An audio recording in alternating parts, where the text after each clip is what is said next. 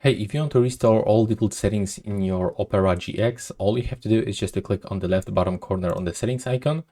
And now from here, click to search settings in the right upper corner and input restore phrase.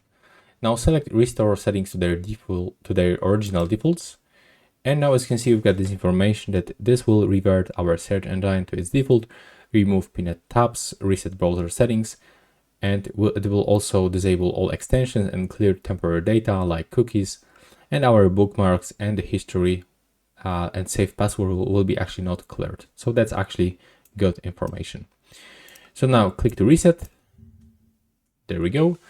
And if you want to remove other files like this browsing data and the bookmarks, you will have to actually go into the left upper corner. From this, you will have to select browser history. So it's actually just right here. Click to clear browsing data. And now we can pick, for example, basic or advanced stuff from all time.